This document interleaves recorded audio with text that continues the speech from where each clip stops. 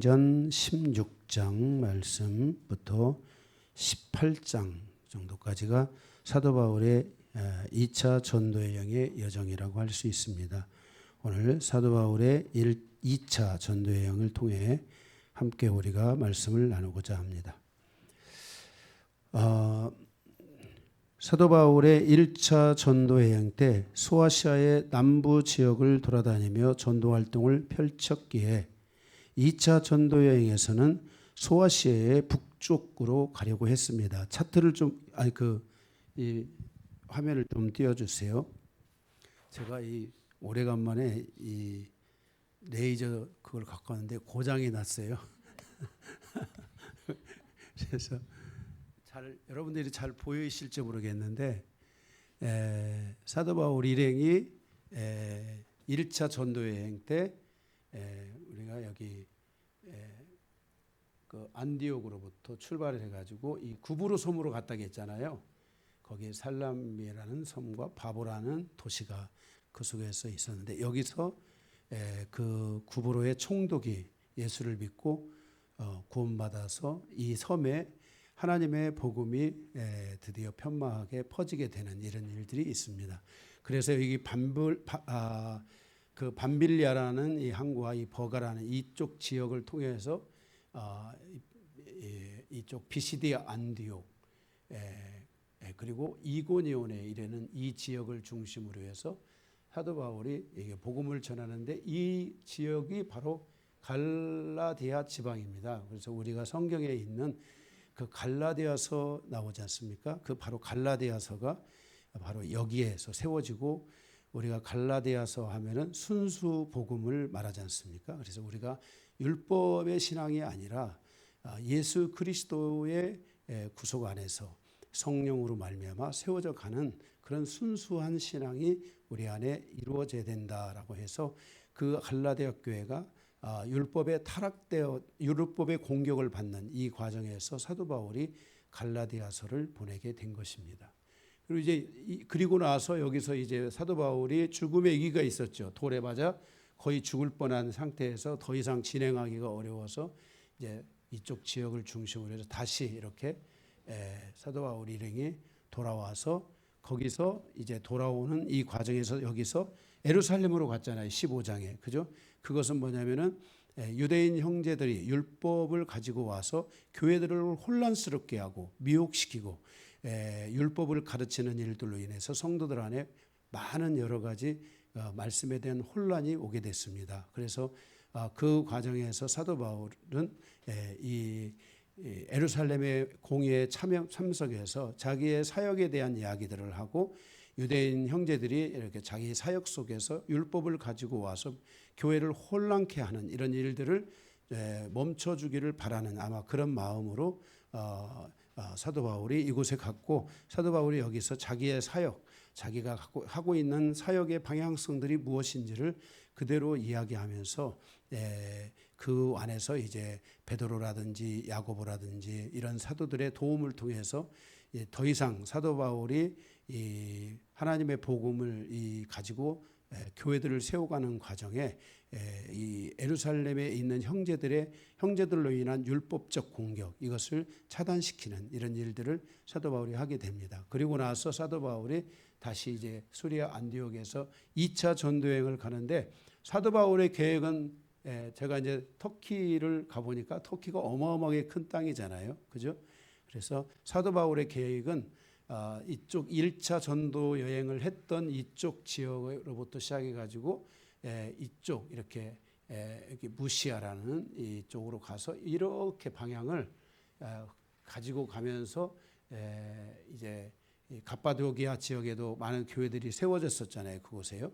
그래서 거기 가보면 왜 그 동굴 교회들 보셨죠? 그때 우리 가신 분들 바로 그 지역으로 해서 카자흐스탄 이 탄자가 들어가는 슬리기스탄 뭐 이런 또 이런 탄자가 들어가는 지역이 있잖아요. 이쪽이 바로 이쪽으로 가면서 이제 아브라함이 바로 이 갈대아 우르에서 이 하란이 한 요 정도 있는 것 같습니다. 하란을 거쳐서 그 가나안 땅으로 들어오지 않습니까? 그래서 이 복음을 가지고 이렇게 가면서 중동 쪽, 그러니까 중앙아시아를 비롯한 중동 쪽 지역에 복음을 들고 가려고 사도 바울이 계획을 한 것 같습니다. 그런 마음을 가지고, 왜냐하면 이쪽이 이제 사도 바울이, 다소가 사도 바울의 고향이잖아요. 그래서 이쪽 지역으로 해서 이렇게 복음을 들고 가서 그쪽에 중동 지역에 있는 그 아시아권에 있는 사람들에게 복음을 전하려고 그렇게 계획을 했는데, 하나님께서 이제 그 과정에서 환상 중에 하나님께서 그 바울을 만나서 너희는 아시아로 가지 마라. 그리고 하나님이 제시한 땅이 바로 이 에게라는 이 바다를 넘어서 바로 이 유럽 이쪽으로 가면 이제 쭉 유럽이지 않습니까? 여기 이탈리아가 여기 있잖아요. 그래서 이 에게를 건너 가지고 트로아에서 에게를 건너서 빌립보에 가서 빌립보 교회, 그 다음에 데살로니가 교회, 베레아 교회 등 이런 이 유럽 지역에 하나님의 복음을 전하는 복음의 방향이 동쪽이 아닌, 이쪽은 이제 동쪽이잖아요, 그죠? 동쪽이잖아요. 여기에서 보면은 남쪽이 이쪽인데, 그죠? 근데 이쪽 동쪽으로 가는 복음이 아니라 하나님의 복음이 서쪽으로 흘러가게 함으로써 이쪽으로 이제 가면서 남미, 북미 이런 오세아니아 이런 지역을 거쳐서 아시아까지 다시 복음이 한 바퀴 전체 이 세계를 돌아서 아시아로 오게 되는 이런 여정까지 하나님께서 이 복음에 대하여 방향을 정하여 주시는 장면이 오늘 사도행전 16장에 나타나 있는 것을 보게 됩니다. 이렇게 사도 바울의 일행은 안디옥에서 출발해서 지금의 튀르키예, 터키 남쪽 지방을 동쪽에서 서쪽으로 나아가며, 바울이 그 유명한 그 고대 도시 트로이와 가까운 드로아, 여기 드로아가 있잖아요. 이 드로아가 바로 트로이라는 그 유명한 영화 속에 나오는 바로 그 지역에 가까운 지역이라고 할 수 있겠습니다. 그렇게 그 드로아까지 가서 곧바로 그 북쪽으로 올라가면은 거기 비두니아라는 지방이 나오죠. 이렇게 여러분들이 비두니아 지방, 그쪽이 아마 지금의 그 튀르키예, 터키의 수도 앙카라가 아닌가, 우리가 그렇게 볼 수 있습니다. 바로 이렇게 비두니아 지방으로 가서 그러니까 유럽과 가까운 튀르키예 그 북서쪽에서 유럽과는 반대 방향인 동쪽으로 갈 계획이었던 여정을 그렇게 하나님께서 그 바울이 그렇게 계획을 했고, 복음은 유럽이 아니라 아시아 쪽으로 향할 수 있었는데, 바로 성령께서 그 계획을 막으시고 마게도니아 사람, 이 마게도니아는 바로 유럽을 가리키고 있는 겁니다. 지금의 마게도니아라고 되어 있죠. 마게도니아 사람이 도움을 요청하는 그 환상을 보게 됩니다. 그래서 사도 바울 일행은 에게를 건너 유럽으로 건너가 빌립보로 도착하는 과정을 볼 수 있습니다. 사도행전 16장은 복음이 아시아를 넘어 유럽으로 확장되는 중요한 전환점을 우리에게 보여주는 장입니다. 바울과 실라는 2차 전도여행을 떠나며 성령의 강력한 인도하심을 경험하고 마게도니아로 건너가 빌립보에서 복음을 전합니다.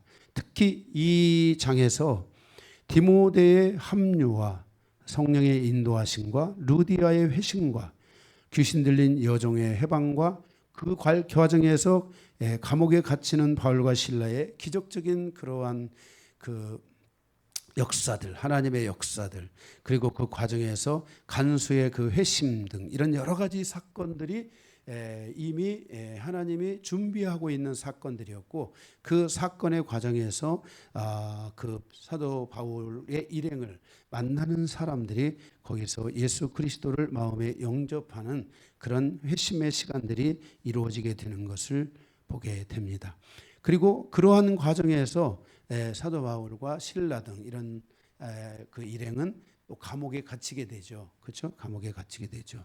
바로 이렇게 우리가 하나님의 이 복음을 들고 가는 종들이 고난 속에서도 그 믿음을 지키고 있는 것들을 보게 되고, 하나님의 복음이 이방인인 우리에게까지 오는 모든 과정에서 하나님의 이 강권적인 역사들이 있었다. 그러니까 내가 계획을 세워서, 어떤 선교사가, 어떤 사람이 계획을 세워서 그곳으로 가는 것이 아니라 바로 하나님의 강권적인 역사, 성령의 역사를 통해서 하나님의 복음이 자연스럽게 유럽을 통해서 이제 남미와 북미를 거쳐 오세아니아를 거쳐 아시아권으로, 그리고 다시 이 아시아권의 전체적인 그 하나님의 복음을 듣지 못했던 그런 곳에 대한 하나님의 역사들, 그리고 그 아시아권에 임해 왔던 그 전쟁의 흔적들, 아픔과 상처의 흔적들을 하나님이 싸매시기 시작하면서 마지막에 이 하나님의 복음이 힘을 내고 있는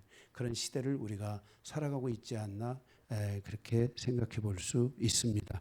이 복음은 이제 이방인의 충만한 수까지 하나님께서 유대인을 미련하게 하셨다라고 말씀하고 있는데, 이 복음이 이제 이방인의 거의 충만한 수, 여기서 충만한 수는 단순히 숫자만을 의미하는 것이 아니라 이방인의 그 신앙의 성숙됨을 우리가 볼 수 있지 않느냐. 이방인이 다 예수를 믿지만 성숙되기까지의, 믿음에 온전히 성숙되기까지의 과정을 우리가 보고 있지 않나. 저도 전에 제가 선교의 일들을 보고 이렇게 했지만은, 사실 이 필리핀의 선교들 이게 될까? 돈만 먹고 끝나는 게 아닌가? 지금 그 지역에 태풍이 왔잖아요. 그래서 지금 제가 연락을 지금 취했지만 안 되고 그런 여러 상황들이 있긴 있어요. 그런데 이게 그냥 되나? 그랬는데 이게 그 생각했던 차원을 뛰어넘어서 새로운 역사로 가고 있고, 그 미얀마라든지 이런 그 지역에, 또 라오스라든지 이런 지역에 지금 새로운 그런 복음의 역사들이 있다고 볼 수가 있습니다. 정말 어마어마한 역사들. 그 라오스 그 메콩강 근처에 약 한 200여 개의 교회들이 세워지고 성도들이 5만에서 7만 명에 이르는 이 너무나 놀라운 역사들. 그리고 지금 전쟁을 치르고 있는 가벼운 전쟁, 국경지대에서의 그 영토 문제, 사원에 대한 소유권 문제입니다. 그게 그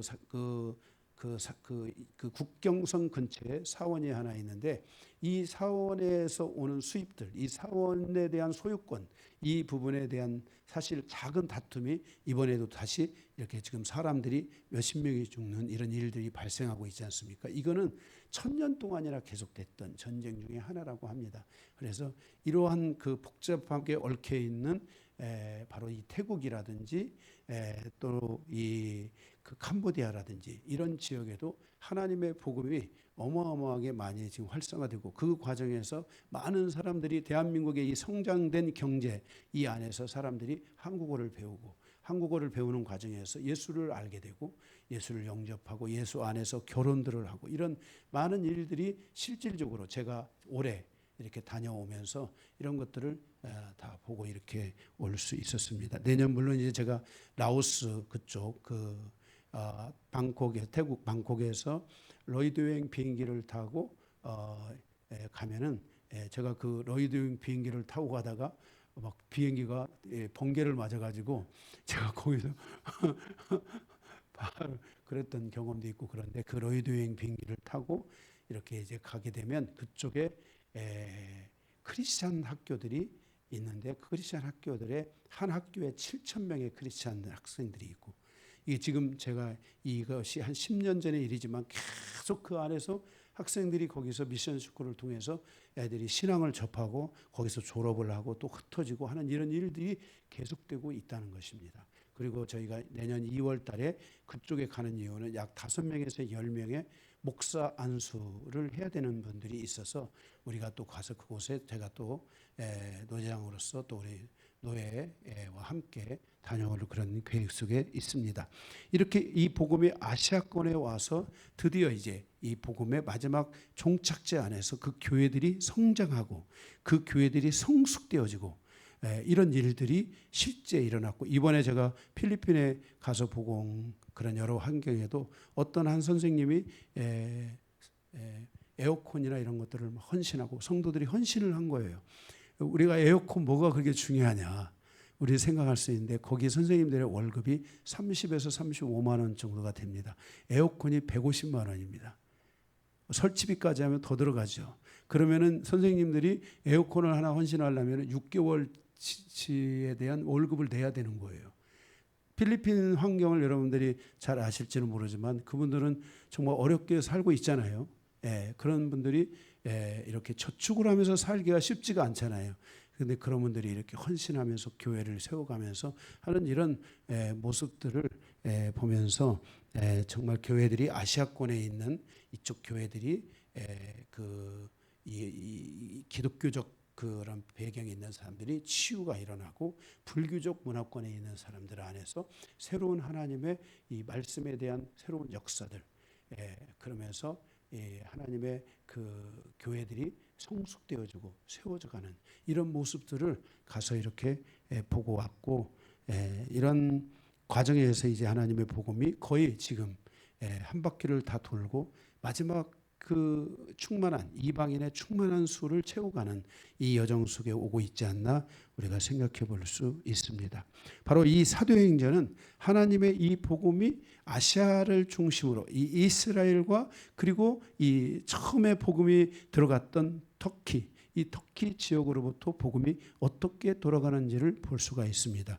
오늘 제가 이제 몇 가지 이렇게 그 사진들, 성지순례 다녀오면서 봤던 사진들 몇 가지 컷을 여러분들에게 이제 보여드릴 수 있게 될 것 같은데, 사실 제가 처음에는 그런 부분이 좀 이해가 안 됐습니다. 하나님의 교회가 에베소 교회, 그 유명한 교회들이 다 세워졌는데, 이거 제가 사진으로 볼 때는 그 교회가 돌 하나도 안 남아 있는 데도 있고, 겨우 돌멩이 하나 보고 성지순례를 갔다 오는 거예요. 이걸 제가 이제 사진으로서 볼 때, 직접 가보지 않고 사진 볼 때, 야, 정말 교회가 이렇게 타락하고 교회가 제 모습을 이렇게 갖추지 못하고 이랬나 하는 자 이 모습만 보고 오다가, 제가 직접 이제 그 현장에 가서 볼 때, 그 십자군 전쟁 이후에 교회는 급격한 그 연약함이 노출되기 시작하고, 무슬림의 공격들이 오기 시작하면서 오스만 제국, 무슬림을 중심으로 한 제국이죠. 이 오스만 제국이 터키를 중심으로 해서 이제 이 터키가 이 교회의 중심, 어떤 문화의 중심, 그런 역사의 중심적 역할을 사실 하고 있는 곳이 바로 이 터키가 아닌가. 왜냐하면 하나님의 복음이 그 방향을 향해서 흘러가는 그 중심적인 이 교량 역할을 했던 곳이기 때문에 그랬었는데, 제가 이제 그 가서 보면서 이 오스만 제국이 이 기독교의 이 AD 약 1000년에서 1200년, 그 뒤에 1500년까지 가는 이 기독교의 이 암흑 시대 안에서 기독교는 십자군 전쟁에 의해서 완전히 실패를 거두게 되지 않습니까? 그 위에 세워진 것이 바로 오스만 제국입니다. 이 오스만 제국은 철저하게 기독교에 관련된 것들을 다 지워가기 시작했습니다. 그래서 그 흔적 하나도, 우리가 IS라는 그 어떤 그 뭡니까? 이 IS 국가라고 그냥 제가 편하게 그 국가가 이 전쟁을 일으키면서 문화를 다 이렇게 말살시키지 않습니까? 그런 것처럼 이 오스만 제국은 600년 동안 그리스를 지배하고 600년 동안 그 오스만 제국이 유지되는 과정에서 기독교에 관련된 것들을 다 지웠습니다. 완벽하게 지워가지고 정말 교회 신학교, 이제 그 안에서 선제학교, 신학교나 이런 그 것들을 다 거기에다가 그 건물에다가 다시 세멘트로 다시 다 칠해가지고 교회의 모든 흔적들을 다 지우고, 이 초대교회의 그런 모습들까지도 완벽하게 다 지워버리고, 정말 기독교를 완전히 말살하는 이런 그 역사 속에서 이것들을 보여주고 있는 것들을 가서 보고 왔습니다. 그러니까 교회 흔적들이 없어요.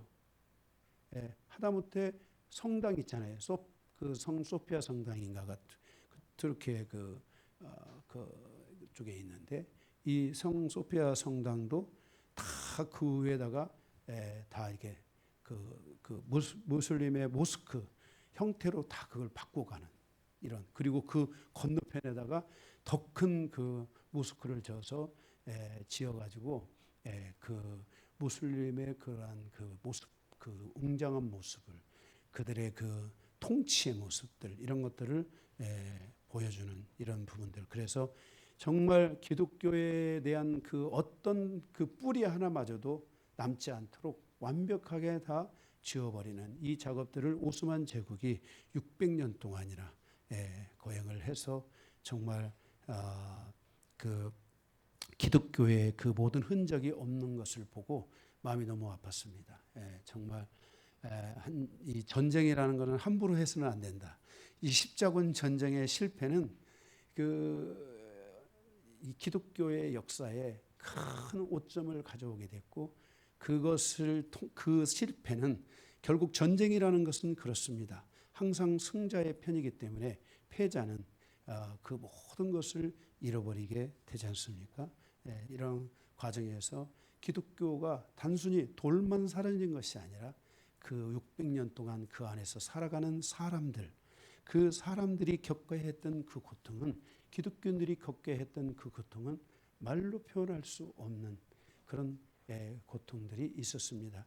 그래서 그 안에서 신앙을 지키고자 하는 그 어떤 분들은 마테우스인가 뭔가 하는 이 분들은 그 도시의 가장 높은 절벽에다가 거기다가 교회를 짓고 거기서 신앙생활을 유지하는, 그리고 도로를 타고 내려가고 밧줄을 타고 올라가고 내려가는 이런 일들을 하면서 살았고, 어떤 이들은 또 하나의 특징은 지하에 10몇 미터 되는 그곳에 지하를 파고 거기다가 칸칸이 곡식 창고, 사람이 사는 곳 이렇게 하고 맨 밑에다가는 거기다가는 교회를 세우고, 그리고 그 교회 안에서 율법을 어긴 자들에게는 매질을 뭐 이렇게 가벼운 매질이겠죠. 죽도록 패는 게 아니라 가벼운 매질을 통해서 올바른 신앙생활을 교훈하고 훈계하는, 책망하는 이런 부분들까지도 만들어 놓고 그들이 그 속에서 신앙을 유지하고 이렇게 하다가 1960년인가 언젠가가 그런 동굴들이 실제 발견이 돼가지고 성지순례를 가며 보고 왔었습니다. 이렇게 이 오스만 제국은 바로 이 기독교의 모든 역사를 정말 돌 하나도 남기지 않으려고 작정을 하고 600년 동안이나 기독교 역사를 지워가는 일들을 하게 했던 것을 보고 왔습니다. 그럼에도 불구하고 하나님의 이 복음은 생명을 가지고 거기에 비록 핍박이 있고 고통이 있고 그 기독교인들을 향한 죽음으로 내몰아가는 시간이 있었을지라도 하나님의 복음은 생명을 가진 물결과 같이 계속 흘러가서 이 복음이 유럽을 변화시켰고, 그리고 남미와 북미의 차이는 신앙의 이 성숙함의 척도의 차이입니다. 남미는 바로 이 스페인의 공격이나 이런 것을 받으면서 신앙이 상처 위에 세워진 신앙이 되다 보니까 신앙이 성장하지를 못했고, 북미는 오히려 그 신앙을 뿌리로 해서 세워졌기 때문에 북미는 더욱 신앙이 성장하는 계기를 가져오는 이런 어마어마한 차이가 있습니다. 그래서 그 뿌리를 분명히 했던 북미는 하나님의 은혜와 축복을 받았고, 남미는 그 상처의 아픔 때문에 하나님을 온전히 의지하지 못함으로 지금까지도 그 남미의 역사 안에서 기독교는 고통과 아픔이 계속되고 있는 것을 볼 수 있게 됩니다. 이렇게 하나님의 이 복음은 멈추지 않고 계속해서 흘러왔다는 것을 이 16장은 우리에게 증거해주고 있는 것입니다. 오늘 이 16장을 통해 함께 많은 은혜를 나누기를 원합니다. 오늘 이 본문의 말씀의 내용을 우리가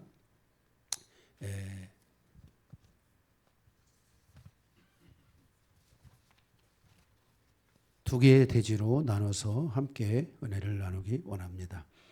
첫 번째 대지입니다. 오늘 첫 번째 대지는 번호가 많아요. 번호가. 예, 그래서 제가 여러분들이 뭐 번호가 중요한 건 아니지만 여러분들에게 번호를 필요한 분들을 위해서 또 자세히 말씀드리겠습니다. 1번 하나님의 교회를 세워가는 믿음의 동역자들을 통한 교훈입니다. 1절에서 15절인데 가로 1번 첫 번째가 신라입니다. 지난주 15장에서 우리가 보았듯이 1차 전도여행의 사도 바울의 1차 전도여행의 가장 큰 수확은 바로 신라라는 그러한 그 사역자를 동역자를 만난 것입니다. 이 신라는 사도 바울의 2차 전도 여행부터 순교의 시간까지 함께했던 바울의 동역자이며 의사입니다. 누가는 바로 이 신라는 바로 누가복음과 그리고 사도행전을 기록한 저자이기도 합니다. 예수님께서 이방인의 땅에 가셔서 사역을 하셨던 모든 사역들이 나타나 있는 것이 누가복음입니다. 그래서 이방인의 관점에서 성경의 모든 이야기들이 자세히 기록되어 있는 것이 누가복음이라고 할 수 있습니다. 그리고 사도행전은 사도들을 중심으로 하여 하나님의 복음이 전해져가는 과정을 기록하고 있습니다. 신라가 이렇게 사도 바울의 사역에 참여하면서 하나님의 이 사도 바울의 사역은 엄청난 힘을 갖게 되는 것을 보게 됩니다. 그리고 두 번째는 디모데입니다. 1절에서 5절에 보면은 거기 본문의 1절에서 5절에 보면 바울이 더베와 루스드라에도 이름에 거기 디모데라 하는 제자가 있으니, 그러니까 사도 바울이 더베와 루스드라에 갔을 때에 거기에 준비된 사람이 또 한 사람 있었습니다. 그 사람이 바로 디모데입니다. 목회는 능력 있는 사람 혼자서 하는 것이 절대로 아닙니다. 하나님의 교회가 이 땅에서 온전히 세워지기 위해서는 많은 믿음의 동역자들이 함께 해야 되고 하나님이 준비된 사람들과 함께 하나님의 교회가 세워지게 되는 것입니다. 제가 처음 우리 영광교회가 이 땅에 다시 시작되고 세워지게 될 때 정말 하나님께서 저에게 사람들을 보내주시기 시작했습니다. 그래서 그들과 함께 우리가 지금까지 왔고 정말 우리 교회가 이렇게 몇 명 안 되는 성도들 사이에 있다가 교회가 또 성장할 수 있게 된 중요한 계기 중에 하나가 우리 세빈이 가족이 온 겁니다. 지금 이제 우리 송 집사가 미국에 가 있지만 11월 달에 비자 연장을 위해서 오고 내년 11월 달이 되면 이제 그 주재원 계약이 끝나기 때문에 더 연장을 조금 더 할 수 있을지 아니면 가족들이 돌아올지 모르는데 이렇게 하나님께서 이렇게 사람들을 만나게 하셨다는 것입니다. 또 우리 김봉찬 집사님도 하나님께서 춘천에 있다가 이렇게 오게 하셔서 정말 이렇게 2년 동안 교회에서 기도만 하고 살다가 드디어 하나님이 때가 되면 다시 밖으로 나오게 하시면서 우리 이렇게 교회 공동체를 이루면서 갈 수 있도록 하나님이 해주셨습니다. 정말 저 우리 김봉찬 집사님을 만날 거라고 누가 생각했겠습니까? 그죠? 누가 생각했겠습니까? 우리 여기 방 권사님도 정말 제가 수원에서 이단 소리 들어가면서 구박을 받으면서 그렇게 해서 변화된 가정이 됐습니다. 이렇게 그리고 유진이가 이제 정말 이렇게 공부도 잘하고 이렇게 지금 알바 때문에 못 오고 있습니다. 알바 혼자 어쨌든 자기가 가기도 벌어서 살아야 될 거 아닙니까? 집에서 뭐 많이 못 도와주니까. 그런데 이제 유진이도 지금 기도하고 있습니다. 그래서 하나님께서 유진이 앞으로 그런 연구의 과정에 있는 학교에 그런 회사에 들어갈지 아니면 제가 전에 또 한 뭐 이야기도 있는데 그런 것들이 또 마음에 좀 담고 그래서 알바하면서 지금 배우고 있는데 바로 그냥 이 자영업을 하면서 현장에 뛰어들지 어떻게 할지는 모르지만은 하나님이 그렇게 하실 거라고 믿습니다. 그래서 어쨌든 이렇게 하나님께서 정말 상상할 수 없는 이 가정이 이렇게 세워지고 이런 모든 부분들 하나하나 여러분들 다 여기 다 그 역사들이 있잖아요.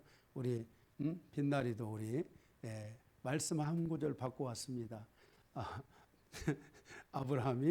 아브라함에게 너는 너의 친척 본토 아비집을 떠나 내가 너에게 지시하는 땅으로 가라 하는 이 말씀 하나를 하나님이 응답해 주셔가지고 이 와가지고 정말 수원으로 그리고 부모님까지 이렇게 수원으로 모시고 올 수 있는 이런 환경들을 열어주셨습니다. 물론 우리는 지난 그 11월 달 작년 11월 12월부터 오늘 이렇게 시간에 오기까지 교회가 최대의 그런 시련을 겪고 최대의 아픔, 고통을 겪었지만은 그럼에도 불구하고 좀 더 힘을 내세요.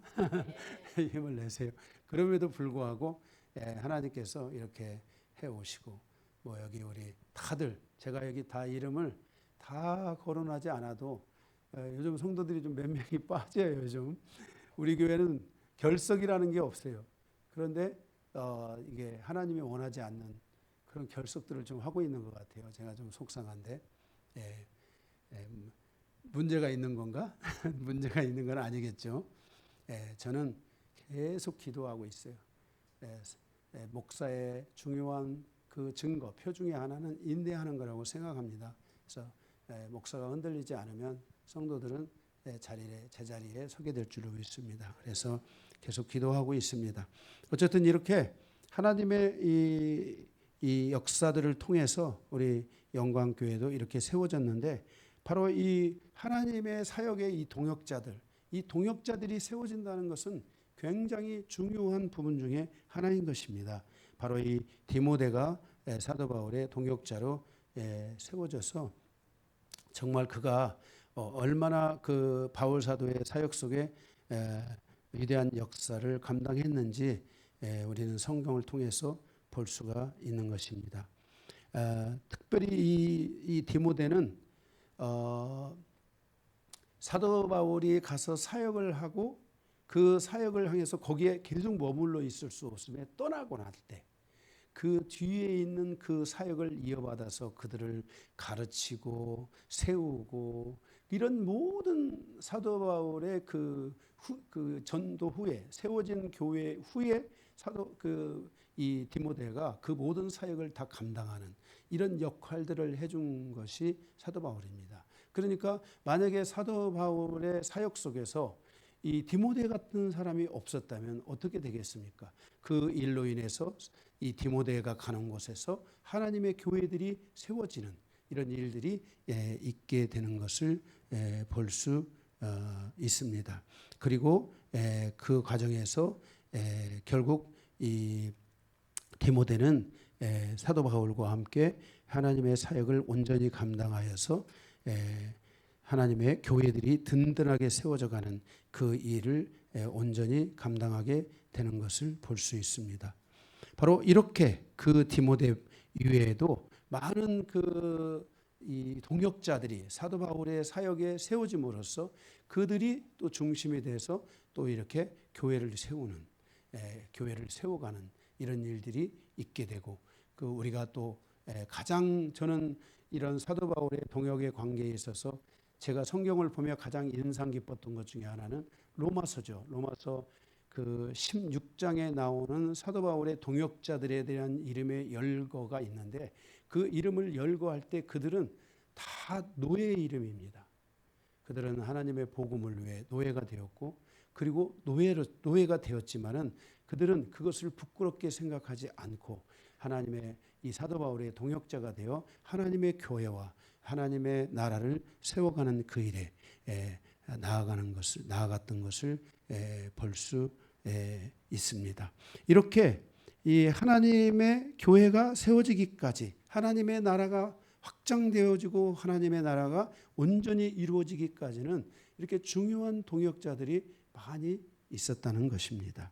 그래서 실라, 디모데가 오늘 16장에 소개되고 있습니다. 세 번째로는 6절에서 15절에 보면은 루디아라는 여인입니다. 이 루디아를 통해서 첫째입니다. 하나님의 복음을 위한 성령의 역사를 우리가 보게 되는데, 이 루디아를 만나는 그 과정까지 아까도 말씀을 드린 것처럼 사도 바울은 아시아에서 복음을 전하고자 계획을 세웠지만은 하나님은 마케도니아로 그들이 향하여 가기를 하나님께서 원하셨습니다. 사도 바울은 자기의 계획이나 이런 것들을 하나님의 뜻에 온전히 맡기고 하나님의 복음을 향하여 순종하여 나아가게 됩니다. 사도 바울은 아시아 선교를 위해 얼마나 많은 기도를 했겠습니까? 또 준비를 했겠습니까? 그리고 그런 모든 준비를 마치고 이미 여행이 시작되게 되었는데, 그런데 하나님께서 막으시게 됐을 때 사도 바울은 자기의 계획과 자기의 준비 모든 것들을 내려놓고 즉각적으로 순종하여 하나님의 뜻을 따라서 사도 바울 일행이 마케도니아로 나가게 됩니다. 우리는 어떤지 한번 생각해 봐야 됩니다. 실제로 이런 일이 우리에게 일어난다면 아마 많은 사람들이 자기의 고집과 주장을 내세울 수도 있습니다. 아니, 우리가 어떻게 지금까지 준비한 건데 하루아침에 이것을 바꿀 수 있어? 라고 이렇게 항변할 수도 있습니다. 그러나 사도 바울과 그 도용자들은 즉각적으로 하나님의 뜻에 순종하여 나아가는 것을 보게 됩니다. 항상 우리가 하나님의 일을 하는 과정에서 내 계획보다도 하나님의 뜻과 하나님의 계획을 따르는 것이 믿는 사람들이 가져가야 될 자세인 것입니다. 우리도 무슨 일을 계획하다가 강력한 반대나 환경에 부딪히면 무조건 밀어붙이기보다는 한번 물러나 하나님의 뜻을 구하고 하나님께서 어떻게 하실지에 대한 믿음을 갖고 기다릴 줄 아는 이런 자세들이 필요한 것입니다. 모든 그리스도인들이 삶의 가장 중요한 첫 번째가 바로 하나님의 뜻인 것입니다. 하나님의 뜻을 따라 가야 됩니다. 전 지금까지 목회를 해오는 이 후반기라고 할 수 있죠. 이 영성의 시작과 함께 시작된 이 후반기의 사역은 전반기는 저의 뜻대로 갈 때가 정말 많았어요. 제가 계획을 세우면 그냥 그대로 가는 거예요.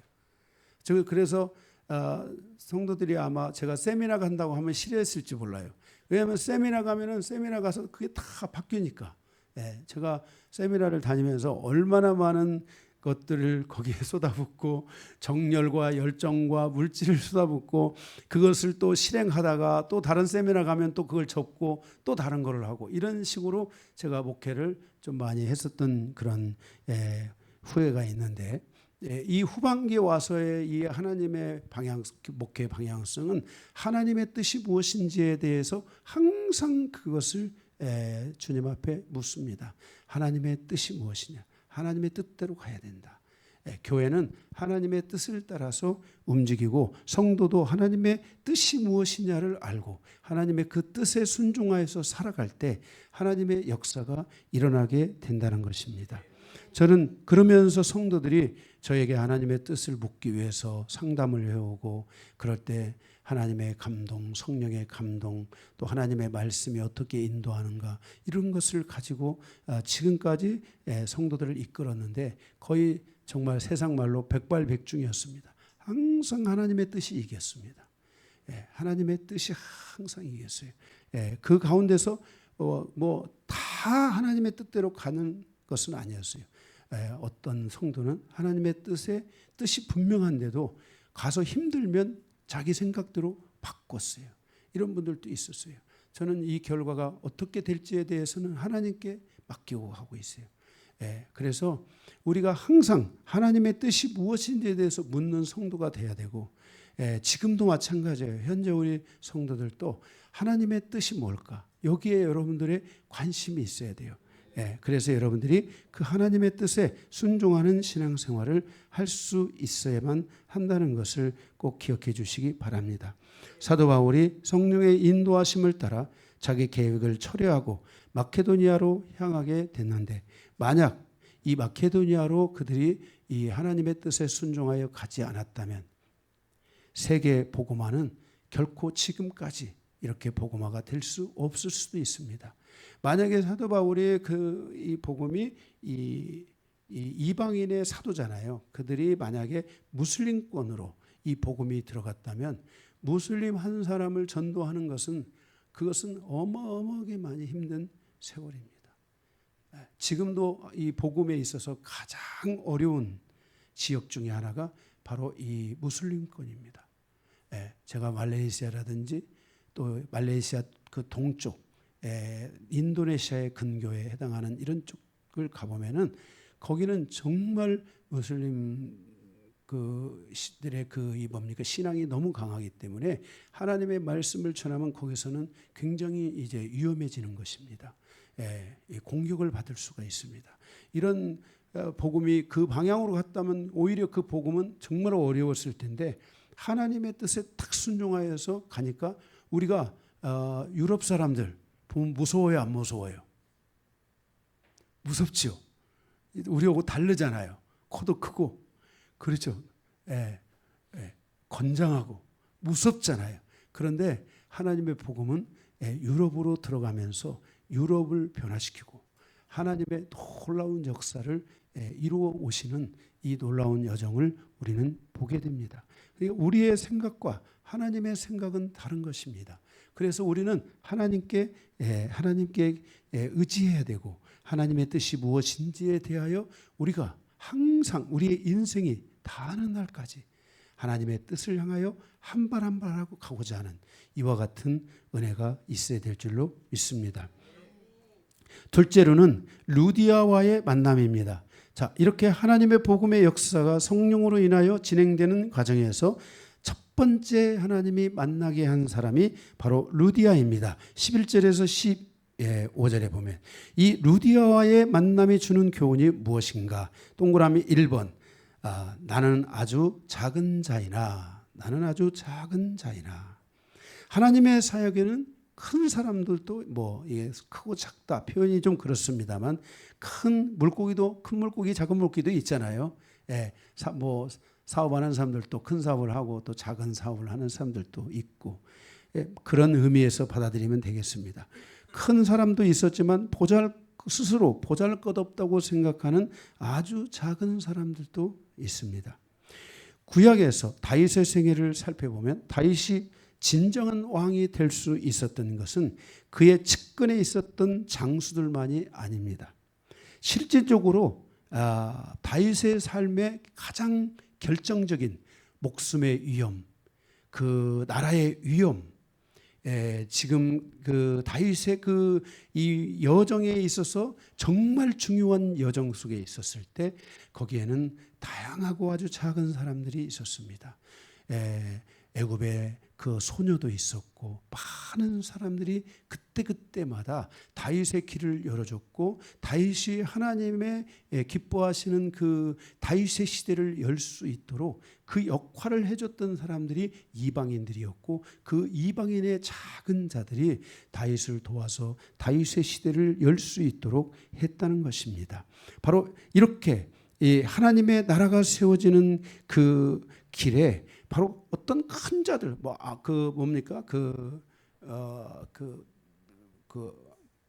이 다윗의 장수들이 있잖아요. 다윗의 성경에 보면은 다윗의 16명, 30명, 그 다음에 100명 이렇게 그 다윗의 그 장수들이 쭉 나열이 되어 있습니다. 그런데 하나님의 나라가 세워지는 그 과정의 중요한 길목에 다윗의 바로 이 나라가 세워지는 과정에 아주 작은 자들이 결정적인 역할을 하고 있는 것을 보게 됩니다.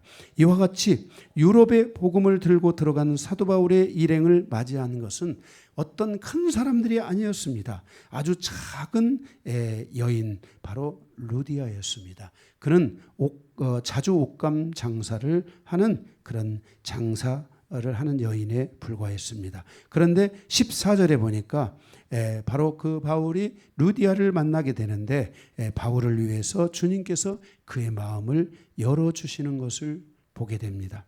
제가 처음 사역지가 우리 여기 한양초 권사님 있는 그 사역지에 제가 갔는데 거기에서 목사들 사모님들 포함해서 약 10명 이상이 나온 그리고 이 서울과 이 각 부산 이런 여러 곳에서 하나님의 놀라운 사역을 감당하는 많은 주의종들이 그 속에서 배출이 됐는데요. 그 교회가 세워질 때 선교사님이 갔는데 주변에 있는 교회들을 다 세우는데 자기 동네에는 교회를 안 세워주시는 거예요. 그래서 이분이 이 키가 작고 아주 가난한 분이었는데 이분이 그 선교사님에게 가서 따졌다는 거예요. 왜 다 세우고 우리만 안 세워지냐 했는데 그래서 그분이 와서 그 교회를 세웠고 제가 올 때까지는 그 교회 앞에 그 할머니의 무덤이 이렇게 있었는데 이렇게 왔는데 그 교회가 그 지역에 있는 교회 중에 가장 큰 교회가 된 거예요. 예, 그리고 그 교회 안에 영향력을 그 지역에서 줄 수 있는 그런 교회로 성장을 하게 된 거예요. 예, 그런 것처럼 이 하나님의 이 복음은 뭐 큰 사람, 어마어마한 사람에 있는 게 아니라 그 작고 그 초라한 그 할머니 그 한 분에 의해서 하나님의 놀라운 역사가 일어났고 그 안에서 정말 많은 사람들이 예수를 믿게 되었고 그리고 주의 종들이 그 속에서 사모님들이 배출돼 가지고 하나님의 나라를 위해서 쓰임받을 수 있는 이런 분들이 다 되신 거예요. 그래서 전국적으로 서울과 대전과 부산과 이런 분들이 가셔서 그곳에 가서 다 사역들을 하는 이 놀라운 역사들이 일어났던 거예요. 근데 그때 바울을 위해 주님께서 그들의 마음을 열어주셨던 거예요. 하나님의 역사는 어떤 사람의 힘, 사람의 능력으로, 사람의 열심으로 물론 있어야 되겠지만은 그 열심 이전에 하나님께서 그들의 마음을 열어주신다는 거예요. 그 열심을 낼 수 있도록 그렇게 최선을 다할 수 있도록 하나님께서 그들의 마음을 열어주셨다는 거예요. 그리고 15절에 그리고 그와 그 집이 다 구원을 받고 세례를 받아 바울의 동역자가 되는 것을 보게 됩니다. 그리고 이곳에서 유럽 최초의 교회 바로 루디아 가정교회가 세워지게 되는 것입니다. 여기 한번 열어주세요. 루디아 기념교회.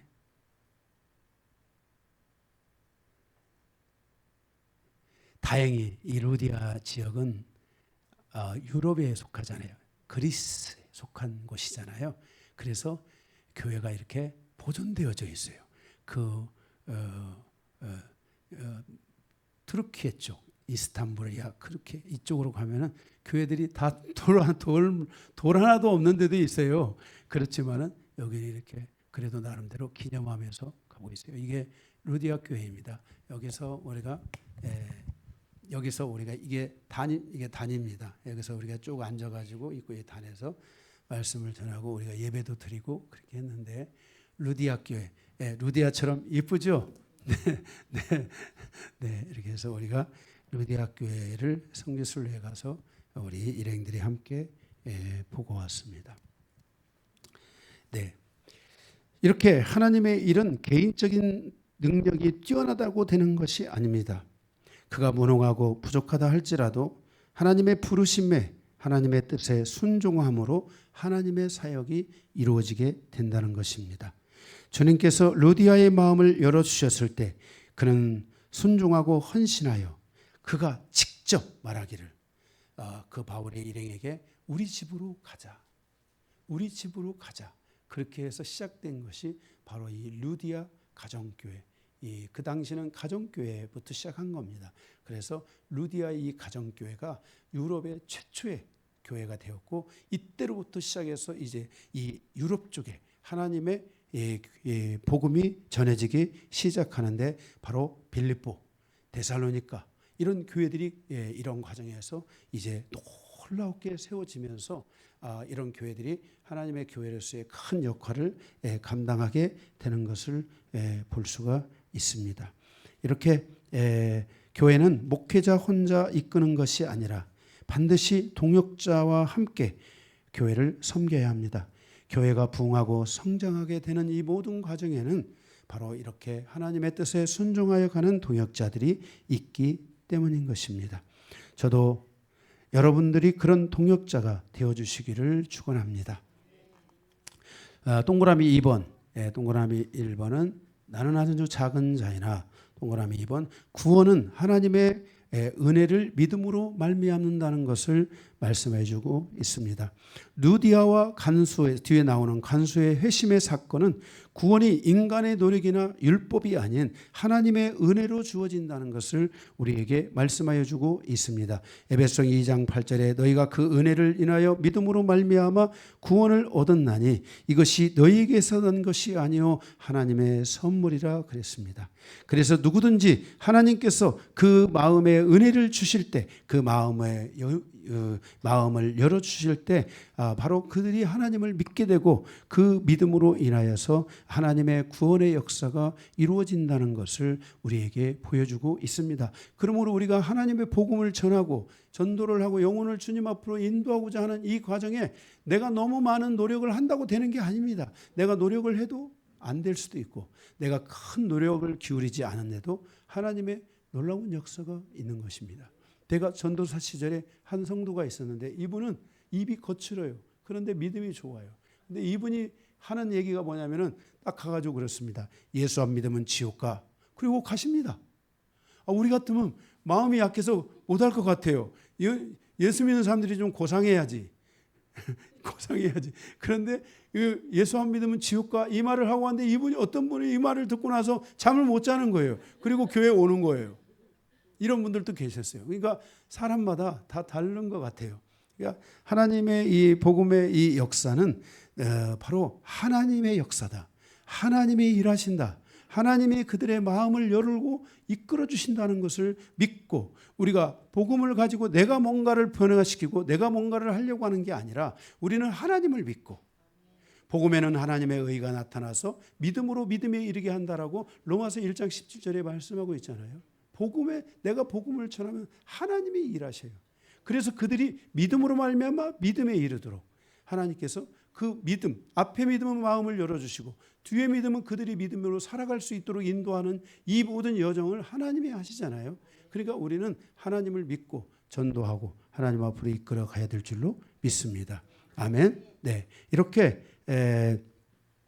사도 바울의 이 2차 전도 여행의 첫 번째 이 과정에서 우리가 볼 수 있는 것은 많은 사역자들을 하나님이 사도 바울에게 보내주시고 만나게 하시고 그럼으로써 그들을 통해서 이제 유럽을 향한 하나님의 사역이 구체적으로 이루어지게 되는 것을 보게 됩니다. 두 번째는 큰 2번입니다. 사도 바울의 전도 여행에서 나타난 하나님의 역사들입니다. 16절에서 40절까지인데 가로 1번 귀신 들린 여종과 바울과 실라의 투옥을 통한 교훈입니다.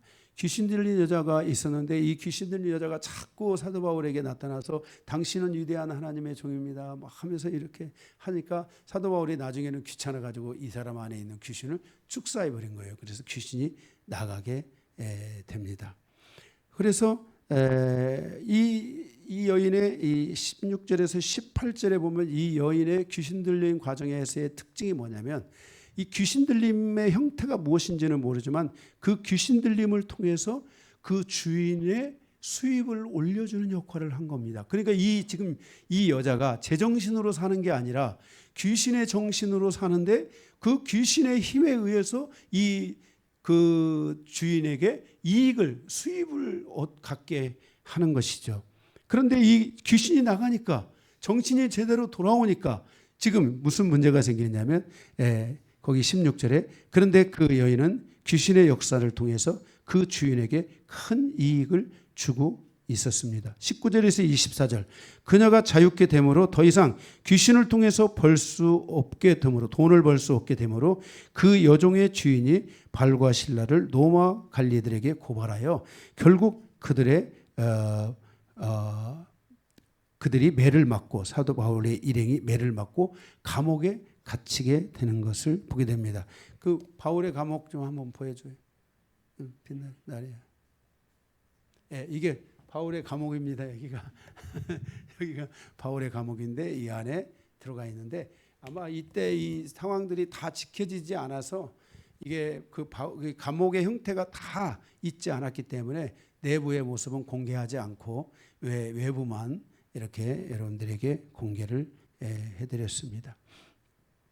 이렇게 그 로마 관리인들에게 이제 고발하여 매를 맞고 감옥에 갇히게 됩니다. 이때 복음을 전할 때 반드시 이 박해와 반대가 따른다는 것을 보여주고 있습니다. 참 미안합니다. 귀신이 나갔으니까 좋은 일이 돼야 되잖아요. 그런데 그것 때문에 오는 이 반대와 박해가 시작되는 겁니다. 그래서 사도 바울이 매를 맞고 그리고 결국은 이 감옥에 갇히게 되는 것을 보게 됩니다. 왜 복음을 전할 때 이 반대와 박해가 일어나는가? 그것은 바로 사단의 역사 때문입니다. 바울을 반대하는 사람들이 사단은 아니지만 그들이 구원받지 못하도록 사단은 끊임없이 하나님의 복음을 전할 때 이 핍박, 박해라는 과정을 통해서 공격을 해온다는 것입니다. 그래서 복음을 전하지 못하게 하고 구원을 얻지 못하게 한다는 것입니다. 저도 처음에 제가 그 얘기했죠. 예수 믿을 때 저희 부모님이 그런 적이 없어요. 그런데 예수 믿고 나서 막 교회 나가지고 이제 교회 나가서 한 몇 주 되지도 않았어요. 제가 그렇게 몇 주도 안 됐는데 제가 이제 가면서 몇 주도 안 됐는데 성경 공부를 다녔어요. 그때 야간 그 통행금지가 있었을 때예요. 그러면 지금 돌아오지 않으면 부모님들이 걱정해야 되잖아요. 혹시 경찰서에 잡히지는 않았나. 뭐 이 걱정을 해줘야 되는데 우리 부모님이 제가 방문을 창문부터 방문을 다 잠궈버리는 거예요. 평상시 안 잠그었어요. 그 방문을 다 잠그는 거예요. 그럼 나는 어떻게 들어가라는 거야. 그래서 한 번은 이제 막 다 깨워가지고 이제 막 혼나고 그리고 겨우 들어가서 새벽에 들어가서 잠을 잤어요. 그리고 나서 이제 그 다음부터는 안 되겠다. 부모님을 깨울 필요 없이 내가 이 창문을 뜯어버려야 되겠다. 해가지고 도라이버 2개를 가지고서 이 창문을 다 하니까 또 이게 다 뽑히더라고요. 그래서 이제 제가 그 성경 공부 끝나고 12시쯤 됐어요. 그러면 이제 겨우 어떻게 해가지고 그 집에까지 이제 도착을 해서 이제 문이 잠겨 있잖아요. 다 창문에 제가 드라이버로 그걸 다 뜯어가지고 거기서 몰래 들어가가지고 자고 아버지는 일찍 나가시니까 이제 늦게 나가면 이제 혼나는 거예요. 이렇게 하면서 제가 초기 때 신앙생활을 했는데 제가 왜 교회 나간 대로 왜 이렇게 부모님의 마음이 변해서 이렇게 저를 핍박하고 공격을 했는지 이해할 수가 없어요. 부모님들이 뭐 사단은 아니죠. 그런데 이렇게 신앙생활을 못하도록 이런 공격이 있다는 거예요. 특별히 이방인을 향한 복음의 여정에서 얼마나 많은 사람들이 순교하고 얼마나 많은 사람들이 박해를 받고 얼마나 많은 사람들이 위기에 놓이게 됐는지를 우리는 생각해 봐야만 합니다. 우리는 복음의 역사를 통해서 바로 이러한 핍박과 박해가 있다는 것을 느끼게 되는 것입니다. 바로 그런데 이러한 박해가 하나님의 복음을 전진케 하는 역할을 했다는 것을 우리는 또한 알 수 있습니다. 이와 같은 박해에도 불구하고 하나님의 나라는 확장되었고 하나님의 복음의 역사는 멈춰지지 않고 지금까지 계속되어져 왔습니다. 한국 기독교 140년의 역사 속에서도 8,000명에서 10,000명에 이르는 순교자들이 있었고 그중에 우리가 잘 아는 주기철 목사도 계신 것을 볼 수 있습니다. 이렇게 하나님의 복음의 역사가 있으면 이런 박해와 핍박이 있는 것입니다. 이렇게까지 죽이면서까지 이렇게 안 하잖아요. 다른 뭐가 좀 있다고 해서 이렇게 막 죽입니까? 무당이 어디 왔다고 해서 막 사람을 이렇게 죽입니까? 불교 문화권에 있었던 그 상황에서 무당이 온다고 사람을 이렇게 죽이는 거 아니잖아요. 그런데도 이 기독교의 이 복음이 들어가서 하나님의 이 복음이 들어가서 거기서 영혼들이 구원받기 시작하면 사단의 공격이 이렇게 첨예하게 일어나게 되는 것을 보게 됩니다. 바로 한국 기독교 역사 속에 8,000명에서 10,000명에 이르는 순교자들이 있었다는 것은 너무나 이것은 사실 더 많은 숫자가 있었겠죠. 그죠? 더 많은 숫자가 있었을 것입니다. 바로 이러한 과정에서 대한민국이 이렇게 복음화가 이루어졌고 이 복음에 의해서 하나님의 교회들이 세워져 이 땅의 마지막 선교까지 감당하는 나라로서 세워져 갈 수 있게 된 것입니다. 그래서 귀신 들린 여종과 함께 그 여종에게서 귀신이 떠나감으로 오히려 바울과 실라는 박해와 핍박을 받기 시작했고 감옥에까지 들어가는 일들이 있었습니다. 두 번째로는 감옥에서 일어난 기적과 간수의 회심을 통한 교훈입니다. 25절에서 34절인데 거기 25절에 보면 바울과 실라는 거기서 낙담하지 않고 감옥에서 하나님을 찬양하며 기도했습니다. 26절에 거기에 많은 이제 죄인들이 거기에 같이 갇혀 있지 않겠어요? 그런데 찬양하며 기도를 하는데 26절에 한밤중에 큰 지진이 일어나며 감옥의 문들이 열려지고 많은 죄수들이 착고가 풀어지는 이 기적적인 역사들이 있었던 거예요. 정말 아까 우리 김봉찬 집사님이 요나 뱃속 이야기를 뱃속에 들어간 물고기 뱃속에 들어간 요나 이야기를 했지만은 정말 이 상상할 수도 없는 이런 일들이 실질적으로 그 속에서 일어났던 것이에요. 우리는 가서 그곳에 진짜 이 간수 사도 바울과 일행이 갇혔던 그 감옥을 와서 이제 우리가 보고 왔지 않습니까? 이런 일들이 실제 있었던 거예요. 그런데 놀라운 것은 그 죄수들이 도망가지 않고 바울의 말을 따라서 거기에 있었던 거예요. 27절에 간수는 죄수들이 도망간 줄 알고 이제 죄수들이 도망갔으니까 이제 자기는 끝났다. 자기가 가족을 건지기 위해서 자기가 죽어야 되겠다 이렇게 생각을 했는지도 모르죠. 그리고 자기라고 하니까 28절에 바울이 그를 막습니다. 그때 29절에 간수가 바울 앞에 엎드리게 되고 30절에 엎드리면서 30절에 간수가 말하기를 내가 어떻게 하여야 구원을 얻을 수 있습니까? 질문을 합니다. 우리가 유명한 구절이죠. 31절에 주 예수를 믿어라. 그리하면 너네 집이 구원을 얻으리라. 하나님의 이 복음의 역사라는 것은 이렇게 박해를 통해서 오히려 더 강한 하나님의 역사들이 진행되고 이루어지는 것을 보게 됩니다. 지금 이 빌립보 지역에 이 사도 바울의 일행이 가서 루디아를 만났고 그 루디아를 통해서 또 루디아를 만나고 하는 그 과정에서 지금 바울이 귀신 들린 그 여자를 치유하고 그리고 나서 감옥에 갇혔는데 누가 감옥에서 갇히는 사건을 통해 하나님의 복음의 역사가 일어날 줄 누가 알았겠습니까? 그래도 그 당시에 그래도 루디아보다는 조금 더 큰 사람 아니겠어요? 간수 정도 되니까. 그죠? 간수 정도 되니까 조금 더 큰 사람 아니겠어요? 이게 아까 제가 양해를 구했죠. 이런 개념에 대한 것들을 여러분 이해하기 쉽게. 그런데 가서 그 간수가 거기서 그 사건을 통해서 바울을 통해서 구원을 받게 되고 그 주 예수를 믿으라. 그리하면 너네 집이 구원을 얻으리라.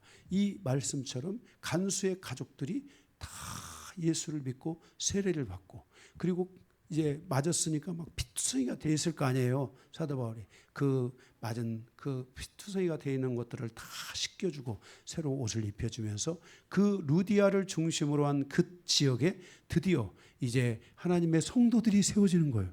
바울이 매맞고 성도들이 세워지고 그죠? 이런 일들이 그 지역에서 막 일어나는 거예요. 이게 우리가 지난 창세기가 이 사도행전 그 14장과 15장에서 우리가 볼 때는 사도 바울이 가는데 이렇게까지 된 일이 있어요, 없어요? 이렇게 뒷부분에 가서는 돌에 맞아 죽을 뻔한 위기가 있었지만 갔는데 그 말씀을 전했는데 총독이 구원받고 그죠? 사람들이 막 돌아왔잖아요.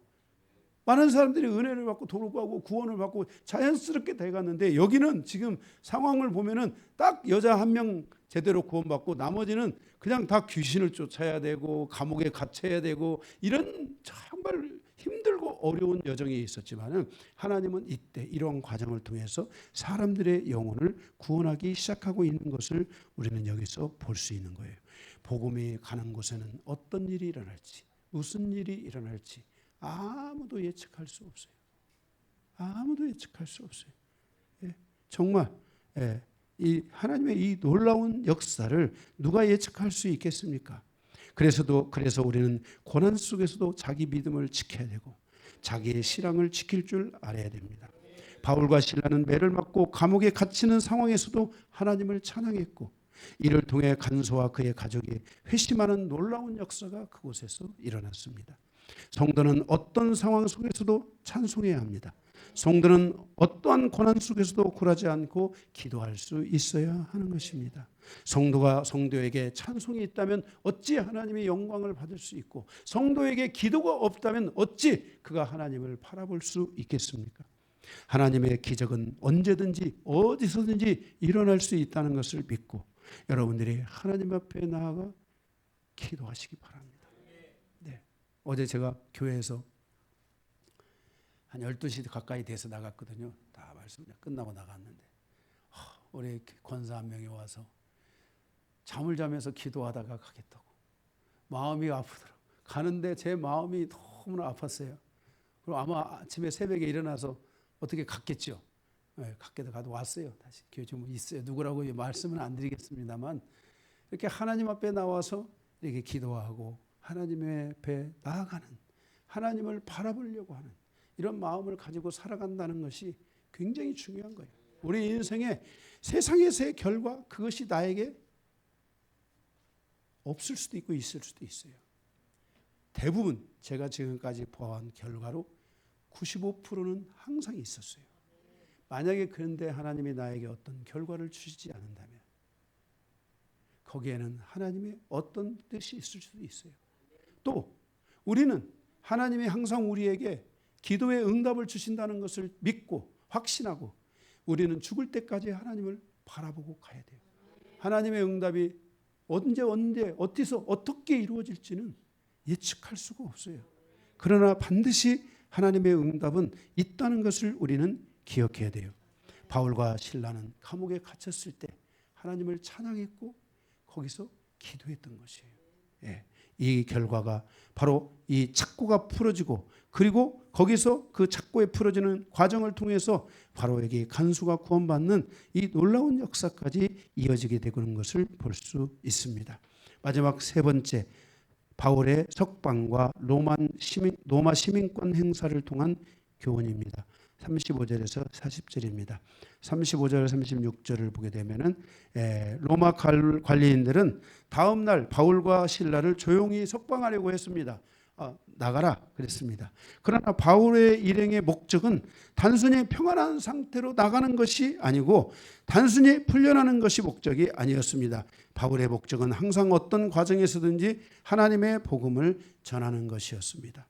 그 과정에서 37절에 사도 바울이 거기에 16장 37절에 보면은 사도 바울이 이렇게 로마 사람인 우리를 죄도 정하지 아니하고 공중 앞에서 때리고 옥에 가두었다라고 말합니다. 그러면서 사도 바울이 자신이 로마인이라고 그렇게 말합니다. 사도 바울이 로마인이라고 말한 이유가 뭘까? 자기가 얼마나 힘이 센가를 보여주려고 하는 것인가? 그것을 묵상하면서 바울은 자신이 로마 시민권자임을 밝히고 공식적인 사과를 요구하고 자신에게 죄를 집행하는 사람들이 직접 와서 자신을 석방해야 한다라고 말하는 것을 보게 됩니다. 이것이 바로 복음 전파를 위한 전략적 접근이라고 우리는 생각할 수 있습니다. 38절에서 40절에 결국 관리인들은 두려워하며 정중하게 석방하고 바울과 실라는 누디아의 집을 방문한 후에 빌립보를 떠나는 것을 볼 수 있습니다. 이러한 과정을 통해서 간수들이 법적으로 보호를 받고 불이익을 받을 수 있는 것들을 제거하고 바울이 로마이면서도 복음을 전하고 있다는 것을 그들에게 알려준 것입니다. 이러한 과정에서 하나님의 복음은 사도 바울에 대한 이러한 소문들, 이 사람의 이 소문은 막 퍼지잖아요. 이런 소문들이 퍼지기 시작하면서요, 복음의 탄력이 있게 되는데 많은 귀부인들이 예수를 믿게 되고 헬라의 그런 그 정치적인 그 위치에 있는 그런 많은 높은 위치에 있는 위정자들이 바로 복음을 접하게 되고 예수를 영접하게 되는 바로 이런 근거적 역사들이 바로 그 당시는 그 지역은 다 로마의 지배 아래에 있었던 곳이잖아요. 그런데 바울이 옥에 갇히는 이 뭔가 이런 사건들이 있으니까 이게 그냥 지나가면 아무 의미 없이 지나갈 수 있는데 자기가 로마인이라는 것을 밝히고 그 로마인이 자기가 이 복음을 전하고 있다는 것을 알리게 되는 이 과정에서 많은 로마인들이 복음을 듣게 되고 많은 로마인들이 주님 앞에 돌아오게 되며 우리가 로마서라든지 우리가 이 사도 바울의 사도행전을 보면 무슨 각하 이런 말들을 쓰는 사람들이 나오잖아요. 그죠? 그러니까 상당히 고위직 사람들이 예수를 믿게 되고 그런 과정에서 바로 우리가 잘 아는 대로 이 복음이 로마에게까지 가는 길들이 열려지게 되고 바로 우리가 로마서 바로 이 모든 세계가 로마로 통한다는 바로 그 로마 그곳에 바로 이 하나님의 교회가 세워지는 이 놀라운 사도 바울의 여정으로 나아가는 이 모든 것들이 바로 이런 사도 바울의 이러한 모습에서 그러니까 자기가 로마인이라는 것을 나타내고 진 것이 아니라 복음을 위해서 자기가 어떤 존재라는 것을 드러냄으로써 이 복음에 대한 파워, 복음에 대한 힘을 더 실어가고자 하는 사도 바울의 전략적 마음으로 말미암아 오늘 여기 본문에서 나는 로마인이다. 함부로 하지 마라 하고 이런 자기의 그 모습을 이렇게 전략적으로 드러내고 있지 않았나 우리는 생각해 볼 수 있게 되는 것입니다. 우리가 하나님의 복음을 들고 갈 때 우리는 담대해야 합니다. 우리는 하나님의 나라의 대사이며 하나님과 사람 사이에 화목해 하라는 대사로 부르심을 받았다는 것을 우리는 하나님 앞에서 확신해야만 하는 것입니다. 40절에 사도 바울은 루디아의 집에서 시작된 교회를 방문하여 하나님께서 자기와 함께한 사역들과 간수들의 가족들이 구원받은 것들을 나누면서 바로 그 루디아의 집에 아마 여기 간수도 왔을 것이고 간수의 가족도 왔을 것이고 귀신이 나간 이 여인도 왔을 것이고 이 루디아의 가족들도 왔을 것이고 바로 그곳에서 그들이 그 하나님의 복음을 전하고 하나님의 말씀을 전하고 사도 바울이 베를보에서 데살로니가로 가는 이 여정으로 이어지는 것을 보게 됩니다. 아마 다음 주 17장은 사도 바울이 데살로니가서의 그 지역에서 있었던 사역에 대한 이야기들이 나오지 않을까. 이 데살로니가에 있었던 이 사역의 17장은 여러 가지 많은 일들이 있는 그런 말씀이라고 할 수 있겠습니다. 사랑하는 성도 여러분, 여러분은 이 하나님의 복음을 들은 자들이고 이 하나님의 복음을 맡은 자들이며 여러분들은 그 복음 안에서 하나님의 대사로 부름을 받았다는 것을 믿으시기 바랍니다. 확신하기 바랍니다. 그래서 여러분들은 두려워하지 마십시오. 하나님이 일하실 줄로 믿습니다. 말씀을 마치겠습니다.